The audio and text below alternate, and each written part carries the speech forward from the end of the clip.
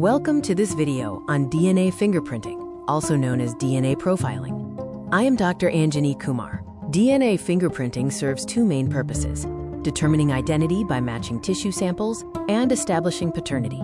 This technique is distinct from conventional fingerprinting. As illustrated here, DNA acts as forensic evidence. Individual evidence identifies a single person, while trace evidence is a small amount left at a crime scene. Nuclear DNA can be found in saliva, blood, semen, skin, hair roots, and urine.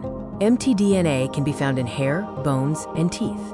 When collecting DNA, it is crucial to avoid contamination by wearing gloves and refraining from sneezing or coughing.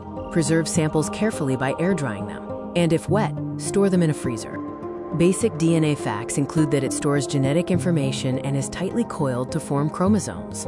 DNA, or deoxyribonucleic acid, is double-stranded and made up of 4 nitrogen bases: adenine, guanine, cytosine, and thymine. Its structure was discovered by Watson and Crick.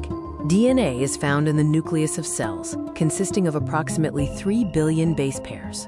Exons are encoded DNA, less than 1.5% of the total. Introns are uncoded DNA. Mitochondrial DNA, or mtDNA, is inherited only from the mother. Only identical twins share identical DNA. Each person has 46 chromosomes, which are 23 pairs, one set from each parent. Genes are segments of DNA that contain information to produce a protein. An allele is an alternate form of a gene, and we inherit one allele from each parent. DNA profiling involves examining an individual's DNA sequence to develop a unique DNA fingerprint. The steps of DNA fingerprinting include extraction to take DNA out of cells, amplification using PCR to make copies of DNA, and electrophoresis to separate DNA pieces. This separation forms visible bands of DNA that create a unique pattern, or, quote, fingerprint. The PCR machine is used for amplification, a critical step where copies of the DNA are made. Gel electrophoresis is the process used to separate the DNA pieces. During gel electrophoresis, DNA fragments migrate through the gel, separating based on size. The smallest fragments travel the farthest. The resulting pattern from gel electrophoresis is the DNA fingerprint, as shown by these bands. DNA analysis is now often automated, generating detailed results like the chromatogram shown. In DNA testing, we look for polymorphisms, the 0.1% differences in DNA sequences. RFLP analysis is an older method.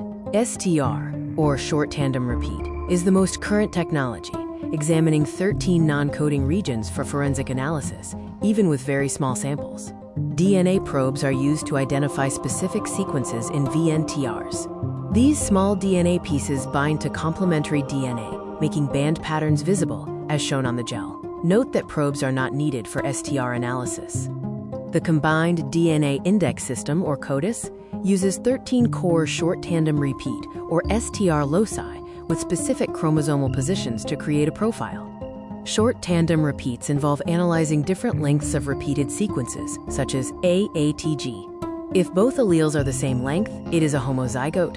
If they differ, it is a heterozygote. Capillary electrophoresis, or CE, is a modern technique for STR analysis. It uses capillary tubing and a voltage source to separate DNA fragments, which are then detected and displayed on a computer. The result of STR analysis is a DNA profile, which is a graphic representation of the fragmented DNA separated by capillary electrophoresis. In crime scene matching, all DNA bands from the evidence must perfectly match the suspect's bands to establish identity. DNA profiling is also used for paternity testing. The child inherits half of their bands from the mother and the other half from the father. The image on the right illustrates how DNA bands, resulting from gel electrophoresis, appear. This technique is used for identifying individuals, often referred to as "who did it" in a laboratory context. This slide again highlights the visual result of gel electrophoresis, a critical step in determining identity through DNA analysis, which is the focus of a lab activity titled "Who Did It?" The results of the DNA analysis, visualized by the bands on the gel, provide the essential evidence for solving cases, such as the mystery of "who did it?" Other advanced DNA techniques include mtDNA, used to trace maternal relatives from evidence like hair and old bones. YSTR traces paternal relatives through the Y chromosome, used in cases like determining Thomas Jefferson's paternity. CODIS stands for Combined DNA Index System, an electronic database of DNA profiles operational since 1998. Profiles include 13 STR loci, with a very low chance of accidental match. The database contains millions of profiles. CODIS contains STR profiles from convicted offenders, crime scenes, arrestees, unidentified remains, and relatives of missing persons. Future expansions include mtDNA, YSTR, and mini-STR for degraded samples. DNA in forensic identification has various uses, including identifying 9/11 victims, the DNA Show-Up Project, cases of disappeared children, identifying the Tomb of the Unknowns, and analyzing historical remains like the Romanov family. Thank you for watching this video on DNA fingerprinting.